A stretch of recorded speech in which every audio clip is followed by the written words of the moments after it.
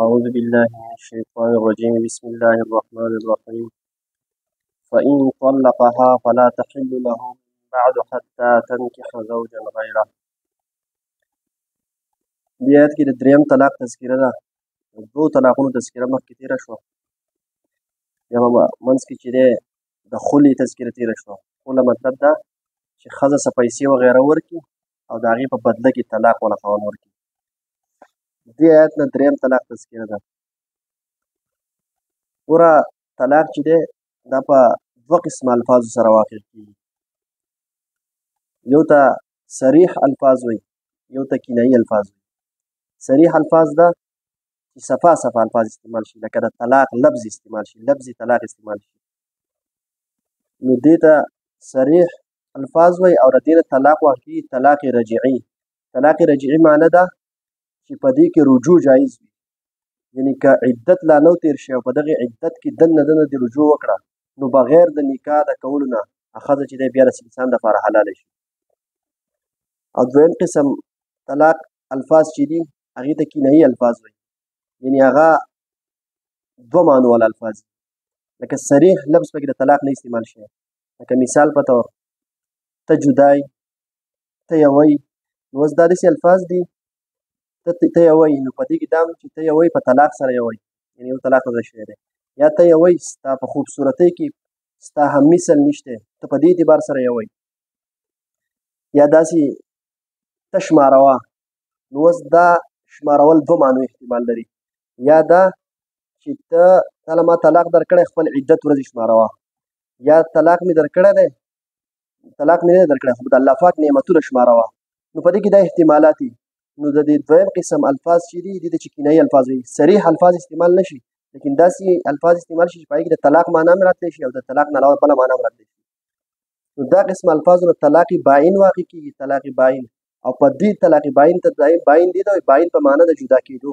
چې په دې کې رجوع هم جایز نه وي، یعنې ته بیا رجوع نه شي کولی تر دې پورې چې دا طلاق واقع شي، دوباره به نکاح کول غواړي، د نکاح نه بغیر ته رجوع نه شي کولی.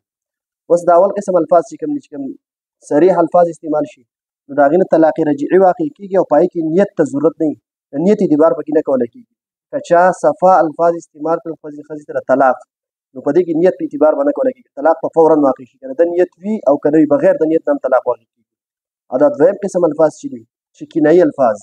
نو په دې کې طلاق واقع کېږي لیکن د نیت محتاج وي. اوس که د نیت ته طلاق، لکه مثال مونږ وکړو که نه چې ته شماروه، نو په دې شمارولو کې د الله پاک نعمتونه شماروه یا د خپل عدت ورځې شماروه، نو که د ده نه به د نیت تفوس کولی کېږي. که د ده نیت چې د طلاق و نو طلاق به واقع شي، که د ده نیت چې د طلاق نه و طلاق به نه واقع کېږي. نو دا شول به اعتبار د الفاظو سره، یعنې په لفظونو په اعتبار سره د طلاق دوه قسمونه شول، چې یو ته طلاق رجعي وایي چې هغه صریح الفاظ استعمال شي، په هغې کې رجوع جایز ده. دویم ته طلاق باین وایي او په دې کې رجوع جایز نه ده او په دې کې د نیت اعتبار کولی کېږي. په اولني قسم کې د نیت اعتبار نه کولی کېږي. دارنګې اوس د طلاق د واقع کېدو په اعتبار سره هم درې قسمه دي، یعنې طلاق چې واقع کېږي د دې هم درې قسمه دي. یو دا چې یو ته طلاق احسن وایي،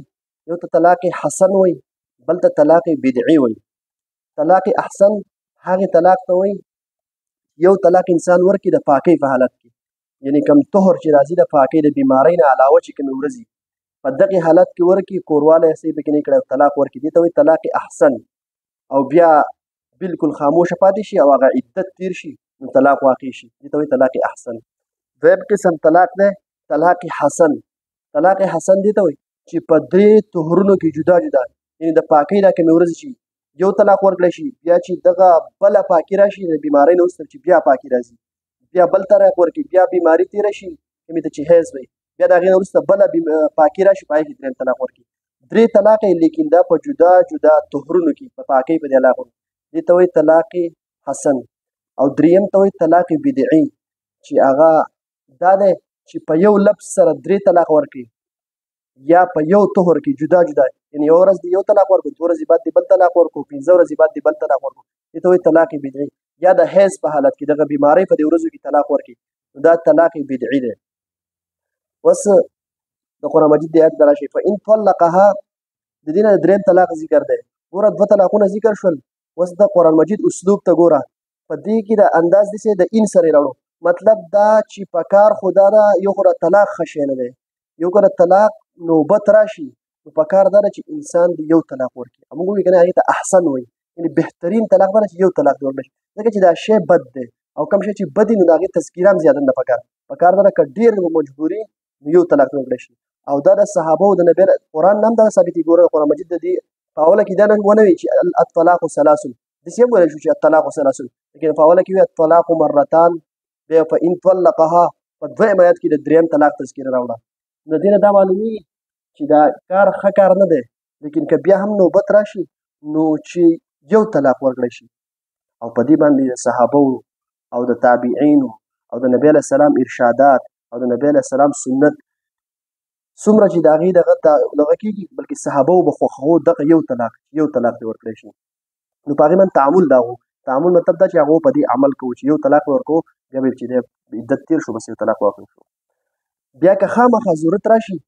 نو د دوو طلاقو تذکیره مخکې وشوه، طلاق مرتان. د دې طلاقو دوه مرتان مطلب دا چې د دوو طلاقو هم اجازت شته، اول خو یو پکار دی، بیا که نه شي د دوه، خو د دوو گنجایش دی. په هغې بیا موږ وایو په امساکم بمعروف او تسریم احسان. اوس د دې فایده څه ده چې یو طلاق ورکړی شي د دوو، په دې کې دا فایده ده که دا طلاق رجعي یعنې په صریح الفاظو کې ورکړی، نو د دې فایده به دا شي که د انسان رجوع کول غواړي نو بغیر د نکاح د تجدید نه انسان اکثر په جذباتو کې راشي طلاق ورکړي، بیا دی خفوي. نو که یو طلاق یا دوه طلاق و، په دې کې انسان ته د اختیار دی چې دی واپس رجوع کولی شي او بغیر د نکاح نه چې دی خپله ښځه چې دی واپس چې دی خپل ملکیت ته راوستی شي. بیا که طلاق واقع هم شي بیا هم د نکاح تجدید به کوي، لیکن د حلالي ضرورت ورته نه وي، د بل خاوند له به یې نه ورکوي، بیا همده ته اختیار دی. نو دې فایده دا ده چې د یو طلاق یا دوه طلاقه. اوس دریم طلاق چې دی، نو دا دریم طلاق چې دی د نبي علیه السلام په زمانه کې داسې ورکړی وشو، نو نبي علیه السلام له خبر ورکړی شو چې پلاني چې دی خپلې ښځې له 3 طلاق ورکړي دي په جمع باندې. نبي علیه السلام د غصې د وجې ودرېدو او ارشاد یې وفرمایو، وایي تاسو د الله پاک د کتاب سره لبې کوئ او زه په تاسو کې موجود یم. نو ګوره د قرآن انداز د دې خبرې ته راتلم چې د قرآن اسلوب دا دی چې د دریم طلاق په کار دا چې دا دې اثر ونه شي، نو دا یې جدا ذکر کو. او د نبي علیه السلام د حدیثو هم دا معلومیږي، نبي علیه السلام له ډېره غصه ورغله په هغې او لبې کوئ د الله پاک د کتاب سره، د الله پاک په کتاب کې خو د دریم اجازت شته نه. او دغه وجه ده چې د بعض ائمو په نسبت باندې چې د دریم طلاق په سره اړو اجازت نشته. بیا پاتې شو دا 3 طلاقه چې وشي نو په کار خو نه ده، خو که وشي نو د دې اثر به صحیح. نو که 3 طلاقه چا ورکړل نو 3 واړه به واقع کېږي. بس ګوره بعض اهل ظواهر یا دې زمانه کې هم ډېر داسې خلک دی چې 3 طلاقو ته هغوی یو وایي. نو ګوره نبی علیه السلام په دې خفه شوی و، د نبی علیه السلام د ناراضګۍ سبب دی. 3 طلاق ورکول دا پسندیده نه دي او ګناه کار دی، لیکن ګوره یو ګناه چې وشي د هغې خو اثر وي که نه. لکه مثال په طور قتل دی، دا ناجایزه کار دی، لیکن که سړی قتل وکړي نو هغه مرګ خو انتظار نه کوي، خو مړ شي هغه سړی. دغه رنګې غلا ده چې ته غلا وکړې مال خو هلاک شي، ته خو هغه وتښتې، نو ګناه دی. نو که دا ګرچې ګناه دی لیکن اثر یې شته، که 3 طلاقه چا ورکړل نو 3 واړه به واقع کېږي. او بعض خلک چې وایي 3 طلاقه یو دی، نو هغو د یو د عبدالله بن عباس رضی الله عنه د یو روایت نه چې د هغه استدلال کوي چې هغه دا ویلي چې د نبي علیه السلام په زمانه کې، د ابوبکر صدیق رضی الله عنه په زمانه کې او د عمر رضی الله عنه په اولني 2 کاله خلافت کې، یعنې د خلافت اولني 2 کاله کې چې وو، په دې کې چې دی 3 طلاقه به یو ګڼل کېدل. د هغې مطلب دا و، ور د هغې منشه دا وه چې د نبي علیه السلام په زمانه کې دا صداقت وخت و، نو 3 به یو نه ګڼل کېدل. ګوره د نبي علیه السلام د 3 روایت داسې چې 3 طلاق ورکړی شي او هغه 3 واړه نبي علیه السلام یعنې جایز ګرځولي وو. ناخوښه خفه شو پرې، لیکن برقرار یې وساتل، 3 طلاق واقع شوي دي. بیا دغه روایت چې دی نو هغه د صداقت وخت و، نو هغه په هغه یو صورت محمول دی که سړی 3 پیرې دا لفظ استعمال کړي او دا احتمال پکې دې کې دا نه احتمال دی که نه چې طلاق چې دا یو طلاق ورکړی خو دا 2 ورسره د تاکید دپاره راوړي، یعنې د زورنې دپاره چې موږ سړی بار بار خبره کوي لکه دا خبره داسې ده نو د تاکید دپاره. نو نبی علیه السلام به بیا تپوس په هغه وخت کې کړی د یو صحابي نه، وایي ستا دې صبر، هغوی زما د دې نه 3 طلاق مراد نه و. نو بیا نبی علیه السلام چې دی یو طلاق دغه کړی و، لیکن د هغه نه یې پرې قسم اخیستی و، هغه نه یې پرې قسم واخیستی چې ستا د 3 نه یو مراد دی. نو هغه دغه نو بیا به د عمر رضی الله په دور کې په دې اجماع شي، دا د صحابو ټول صحابه چې د نبي علیه السلام په زمانه کې هم موجود وو. دا یو خبره ده ځکه په وضاحت سره کوم چې نن سبا د دې ډېر مسایل داسې شوي دي، ډېر شی ماته معلوم دي چې هغه اول په دې علماو پسې وګرځي چې کله هغو ته لاره میلاو نه شي، بیا په دغې خلکو پسې لاړ شي، هغو ته وایي 3 طلاق یو طلاق ته لحاظه په تا باندې ستا ښځه نه ده دغه شي، لحاظه واپس سره نکاح وکړه او ستا په نکاح کې راله. نو د نبی علیه السلام دغه نه چې پته لګي یو خو دا چې نبی علیه السلام جاري کړي، بل دغه وخت چې دغه صداقت وکړو. بیا چې د عمر رضی الله په وخت کې اجماع وشو په دې باندې صحابو چې ګوره 3 طلاق 3 دي. نو هغه دغه یو صورت په دغه صورت و چې د صداقت وخت او هغه په دغه وجه باندې چې دا خبره به وسوکه چې ما زورنی سره راوړي نور دا غین علاوه چې 3 طلاق 3 شمارول کی. نو فإن طلقها بس که چې چا طلاق ورکو دی خزته دریم طلاق دو د ذکر شو نو فلا تحل له من بعد حتى تنكح زوجا غيره نو حلال نه د لپاره هغه پورې چې دا نکاح وکي بل خاون سره. وس دریم طلاق چې دی ورکو نو ګوره دا خزه بالکل فارغه شوستانه وستنه نکاح سره کتل دي سره نکاح کول غواړي نو نکاح سره نشي کولای تر دې پورې چې د دې طلاق نه بعد دا عدت تیر کی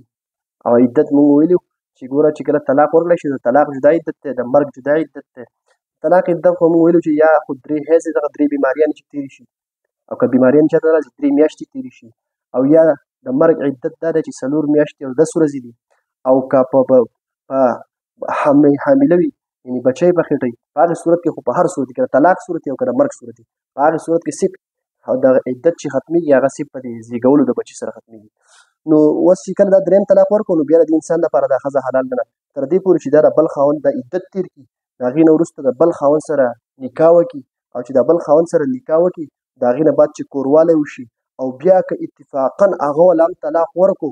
بیا چې هغه طلاق نه ورسته بیا عدت تیر کی نو که واپس وس انسان غواړي نو به په نکاح کې راځي شو دی چې دغه وین طلقا کچته دریم طلاق ورکو فلا تحل له من بعد نو حلال نه در پر د خپل خزه حتی تنكح زوجا غیره تر دې پورې چې دا نکاح وکي یو بل خاوند سره. فإن طلقها وس کړه دغه بل خاوند سره نکاح وکړو فإن طلقها او دغه دویم خاوند ولا بیا طلاق ورکو نو فلا جناح علیهما دویم خاوند ولا طلاق ورکو او بیا عدت هم تیر شو نو فلا جناح علیهما نو ګناه نشته په دې خاوند او خزي باندې اي تراجعا دا چې رجوع وکړي ان ظن يقيم حدود الله مطلب دا که دویم خاوند ولا طلاق ورکو نو بیا ګناه نشته که دیوس بیا د خیر خواهی نیتی یعنی کدی ته دا غالب ګمان ګور اي تراجع چې درو جوړ کی یعنی دیوس واپس نکاح غستې شي دا غیر طلاق نور سره بل لکسته لیکن کدا ته غالب ګمان وي چې د الله پاک احکامات او د دې زوجیت چې کوم حقوق دي یعنی د رشتې ازدواجی چې کوم حقوق دي کدا ادا کولای شي